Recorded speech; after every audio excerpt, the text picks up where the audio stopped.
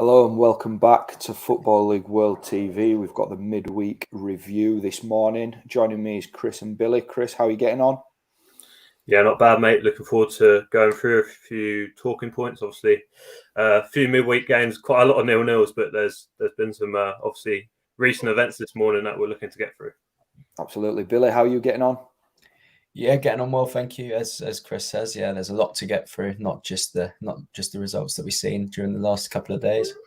Absolutely. Some breaking news to get into, which we'll hit straight away.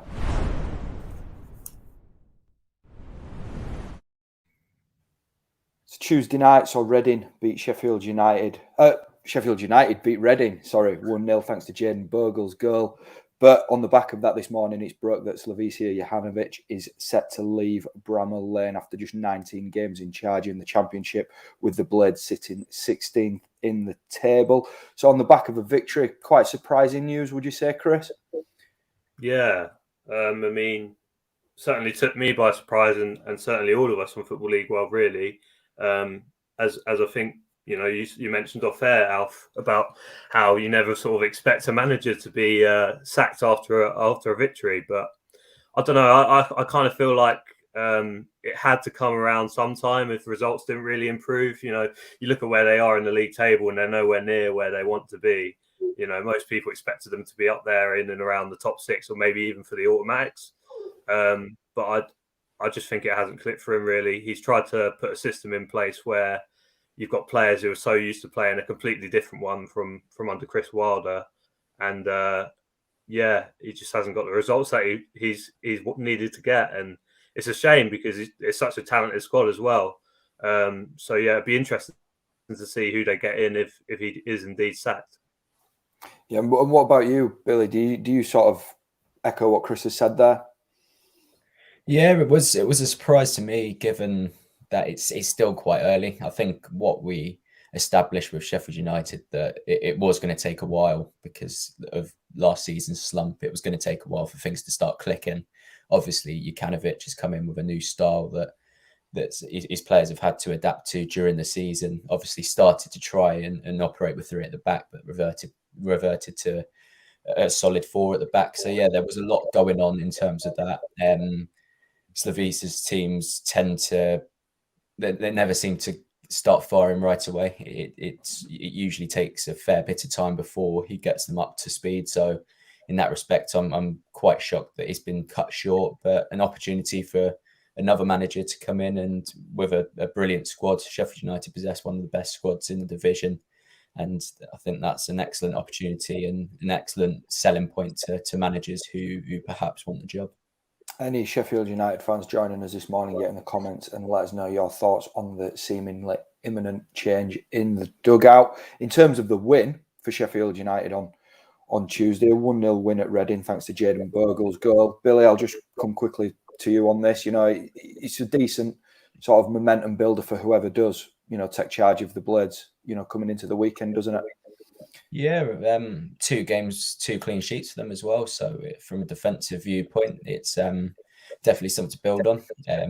As I said before, there's a quality squad at Sheffield United, a side that should not be where they are at the moment, a team that should be pushing for the playoff mix. So yeah, for a manager coming in, it's a lot to build on. Obviously, the striking situation, there's a lot of good forwards, and it's just sort of keeping some consistency with whoever the new manager deploys, because he does have some good options at his disposal. It's just about trying to find a side, a consistent team, a team that can play the majority of matches. And as I say, it's an exciting prospect for any manager coming in. It's something to build upon. As for Reading, they've obviously had a recent 6-point deduction and now they're hovering, scarily above the bottom 3. Chris, a little bit worried about the Royals at the minute? Yeah, but I always felt like they'd be near the drop zone because of the ongoing things off the pitch, of potential points deductions and transfer embargo and stuff like that. I always thought it was going to be tough for them. It's really interesting the signings they have made. Obviously, Andy Carroll coming in recently. Didn't really know what to make of that. But if he can start scoring and then alongside, obviously, all the sort of creative players that they do have at their disposal, like Swift and Ajaria, you never know, they could pull away from it. But it would be interesting to see if Paunovic is there for the whole season. But then again, you know, if they got rid of him, who would they get in, given the current situation that they find themselves in? It's a tough situation, but I'm not entirely surprised to see them down there, to be honest. Just before we move on, everyone at Football League World sends their best to John Fleck, who collapsed during the game at Reading. He's been discharged from hospital and he's now back at home in Sheffield. So a message from us all at Football League World. Get well soon, John.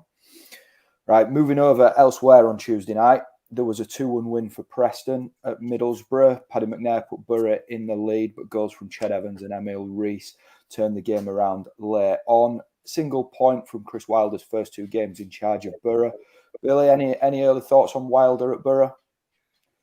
I think 2 games, you can't really judge what he's done so far. Obviously, a point from a possible 6, not the greatest start. And Middlesbrough, another team that have got a good squad. He's got good players at his disposal. So in that respect, I think that better times are coming for them. I think from the first game, they did play quite well. With the second game, it seemed that they also put in another strong performance. They were just undone by a couple of minutes of madness, really.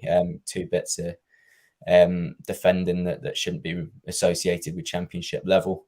But yeah, I think the signs are positive. Obviously, he's a long-term project kind of manager. I think once January comes and he can start bringing his own players in, that's when I think you can start judging him. I think there's been talk already about what he might do in January, and there's sort of a clear drive as to where he's hoping to recruit and strengthen in January. So I think once January's died down and he's got his own team, and once that sort of happens, I think that's when we can start judging him on results and performances on the pitch. Absolutely. It might be a little bit of a long-term project for Wilder at the Riverside. In terms of Preston, 12 goals now across all competitions for Emil Rees. He's really on fire. Chris, how impressed have you been with him? Oh, I think he's superb. It's crazy, really, when you look at how he did last season. Nowhere near as good as he's doing this season, obviously. And you know, he's only 23 still, so there's still plenty of years ahead of him to improve his all-round game. But he scores all kinds of goals, which is something I like about him. Took the goal brilliantly last night. Could have just slashed it straight away after that sort of miscommunication between Sol Bamba and I think it was Paddy McNair. But he actually just cut it onto his left foot and bent it in, and it was a great finish. Looking at it from a Preston perspective, it's obviously on a long-term contract. I think the hope is for them, keep him as long as possible, but at the same time, they should perhaps be thinking, you know, we could get a bit of money for this kid because he's doing really well. But yeah, no, so impressed with him, and he's definitely up there as one of the best strikers in the division right now, for sure. Absolutely. Moving over to Wednesday night in the Championship, Hull were 1-0 winners at Cardiff thanks to a Keane Lewis Potter goal. Cardiff's winning bounce ended under Steve Morrison. Billy, do you sort of feel that we're looking at the Bluebirds and they're going to be in and around that sort of bottom 5-6 for the rest of the season? Yeah, I can't see them pushing into, say, the top half. I think, obviously, there's a lack of confidence still at the moment. I know Morrison's come in and there's been a sort of that little bounce, a turn of form a little bit. But yeah, I still don't think they've got the quality within that squad to trouble, say, the playoff positions or even the top half at the moment. I think the good thing for them is that the bottom 3 at the moment, Derby obviously been deducted the points and that they're there for that reason. But then Barnsley and Peterborough have been pretty awful. Barnsley and Peterborough have been pretty awful in recent weeks, and I can't see them at the moment getting out the rot that they're in. I think even when Cardiff were winning games at the start of the season, I think we spoke a lot about them having that plan A, a lack of plan B, playing one-dimensional football, and I still see that at the moment. I think January, if they were to recruit, I think they need to strengthen their attacking options in behind Kiefer Moore, players that can create and create chances for Kiefer Moore, the likes of James Collins as well, players that know where the back of the net is, because that's the difference for me, for them being a team flirting with relegation and comfortably avoiding that. Yeah, and as for Hull, It's 3 wins on the bounce, 5 goals scored, none conceded, and all of a sudden the table's painting a very different picture for the Tigers. Keen Lewis Potter, with the goal again, he's got 2 in 3. Chris, do you see him as the man to sort of help Hull continue to surge up the table? Most definitely, mate. Him and Malik Wilkes, I think, are the difference makers for them. We saw it in League One last season. They were brilliant in that front three. To be quite honest, I'm so shocked that Lewis Potter's still at Hull City. I thought he would have been snapped up by now, but maybe that move will come in the summer. But yeah, if he's fit and firing, then they've definitely got a chance of staying up for sure. Absolutely. And the final game we're going to look at in the Championship today was Blackburn Rovers 4, Peterborough 0. Ben Brereton Diaz with another brace. That's 16 goals for the season now for the Chile international. Football League World understands that Leeds, Newcastle, Southampton are amongst his admirers. But with Blackburn sort of narrowly sitting outside the playoffs, Billy, it's, they're going to have to sort of hold tight here, aren't they, if there's the chance of breaking into the top 6? Yeah, it's a difficult situation because you think he'd be attracting a lot of money in terms of the fee that he could go for. It's still 22. I think Blackburn have an option for another year with his contract set to expire in 2022.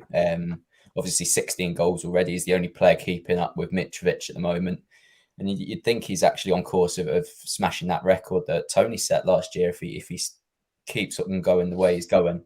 Stays at Blackburn, then he's well on course. He's already past halfway there. And I see Blackburn a little bit similar to Fulham in the way they've got a lot of players around Brereton Diaz who create chances consistently for him. You think the likes of Dolan, Poveda when he's been available, Buckley and Rothwell from the midfield as well. The flying fullbacks in Niambe and Pickering, all real attacking threats who consistently provide Brereton Diaz with chances. So I think he's sort of the talisman that it's not just on the end of those. He creates a lot for himself as well. But I think having those players in and around him has definitely helped boost his goals tally up this season. But yeah, he's a very important player that it's difficult for Blackburn whether to, if like a big offer does come in, do they sort of pounce on that and try and strengthen the team around as well? I think in terms of the money they could get from him, they could strengthen a few positions, not just finding a suitable replacement. But then also his goals have been a key source of why they're doing so well at the moment this season. So yeah, it'll be a big decision for Blackburn to make if a big offer does come in for him. Absolutely, a very different story at Posh there without a winning 5. Now it's starting to look a real slog at the bottom for them, isn't it, Chris? Yeah, I just think it's the, bit of a cliche, but lack of championship experience in the squad. They've got a lot of players who obviously done well at League One level. Maybe January could be a saving grace for them, but I'm just not sure they've got enough quality to stay up, especially if Dembele is to leave in January. Obviously been linked with moves pretty much throughout the whole year so far. So yeah, no, I just don't think they've got as much quality as the other teams down there. I'd even say Derby, for example, have a lot more quality than them. And if they weren't in their current situation, I'd say Derby would be up there near the playoffs. So yeah, Posh in comparison, just not good enough for me. Next up, we're going to dive down into League One.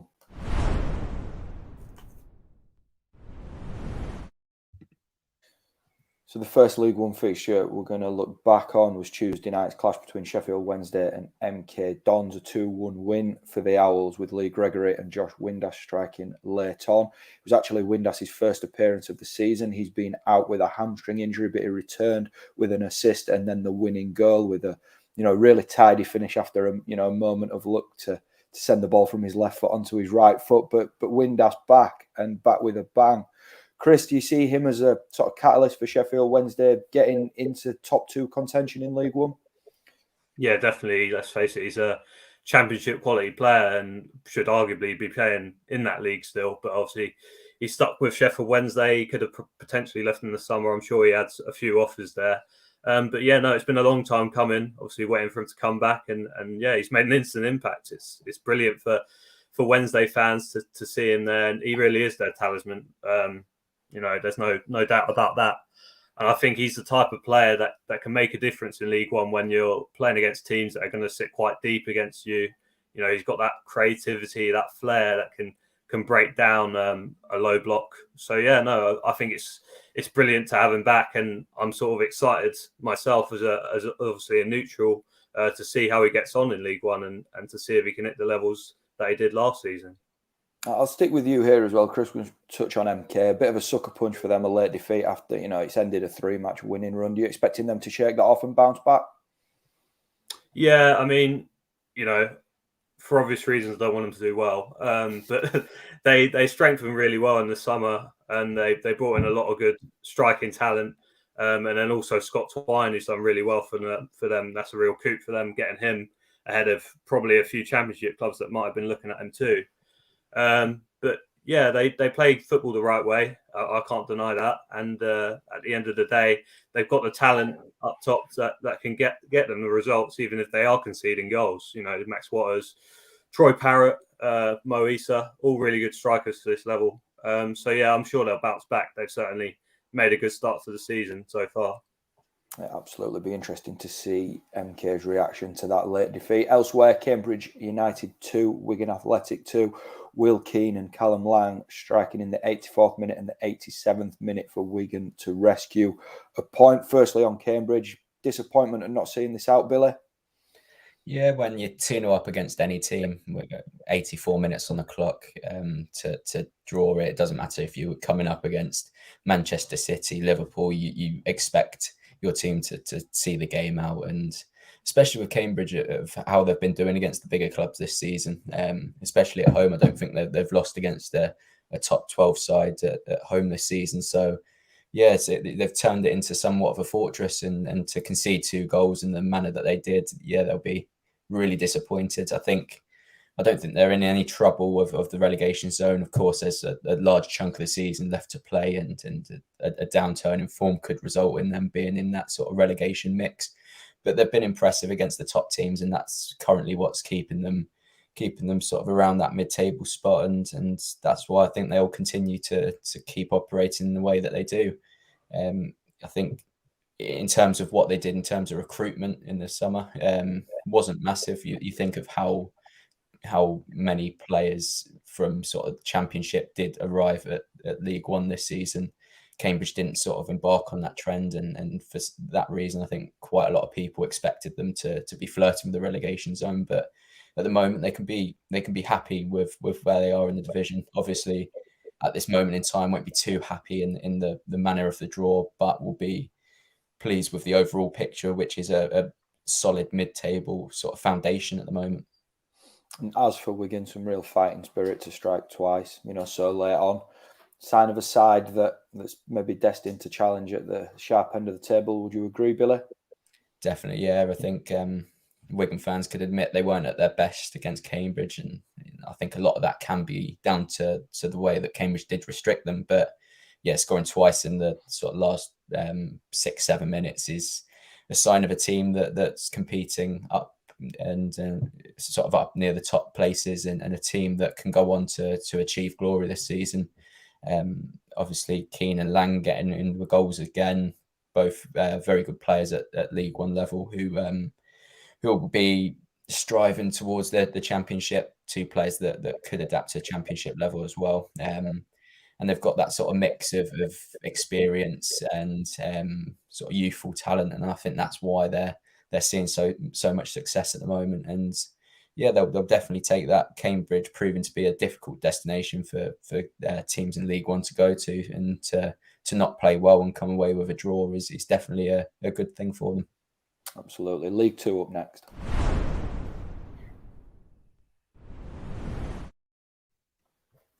First up in League 2, we're going to look back on Colchester 3, Exeter City 1. Freddie Sears was on the score sheet with his 4th goal in his last 6 appearances across all competitions, and this 3-1 victory helped end Exeter's 15-game unbeaten run in the league. Chris, come to you. Big scalp for hit and miss Colchester, this one, wasn't it? Yeah, massive scalp for them. They've not had particularly great results so far this season. Obviously, got Hayden Mullins in there. Maybe in a bit of a transition period. I know they've had some more experienced managers in the past. But yeah, no, excellent result for them. Obviously beating an Exeter side who have been sort of the talk of the division the last few weeks because of their form. And yeah, obviously their unbeaten run had to come to an end sometime, but I definitely didn't expect it to be ended by Colchester, to be quite honest. So yeah, fair play to the U's. It's a really good result for them. Yeah, and as for Exeter, they're now 5 points off Forest Green Rovers at the top of the table. They're still second, which is obviously, a good place to be, but 5 points off the leaders. Billy, do you feel that Exeter might start be looking over the shoulders a little bit now? Definitely, I think in terms of the 15 games that they've played, they wouldn't have expected that first defeat to come against the Colchester side, who have been struggling for much of the division.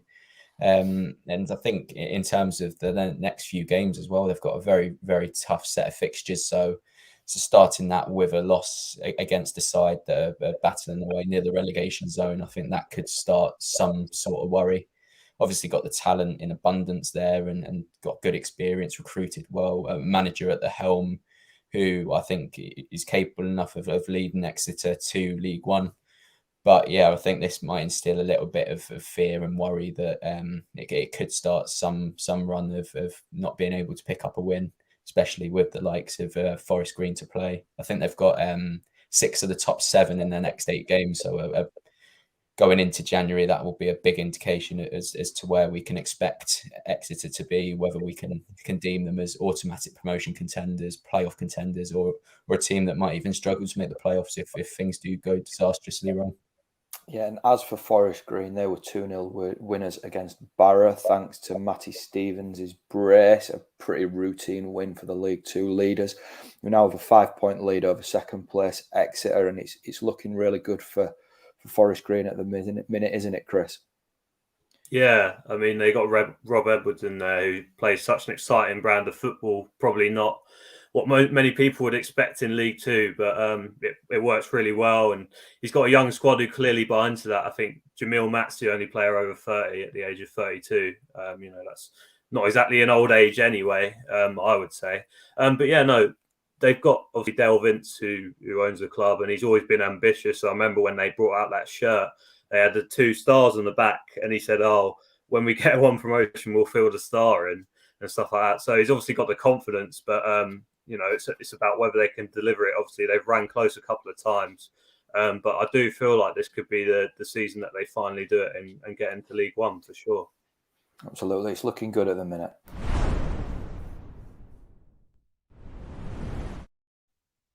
Right, that concludes the midweek review on Football League World TV. Thanks to Chris and Billy for joining me, and anybody that's joined us, on YouTube or Facebook. If you can like the video and share it if possible, that'd be greatly appreciated. Coming up later today, we've got George Douglas and Billy again, I think, with the AFL London show. So that's something to catch up on later on Football League World TV. And until next time, take care.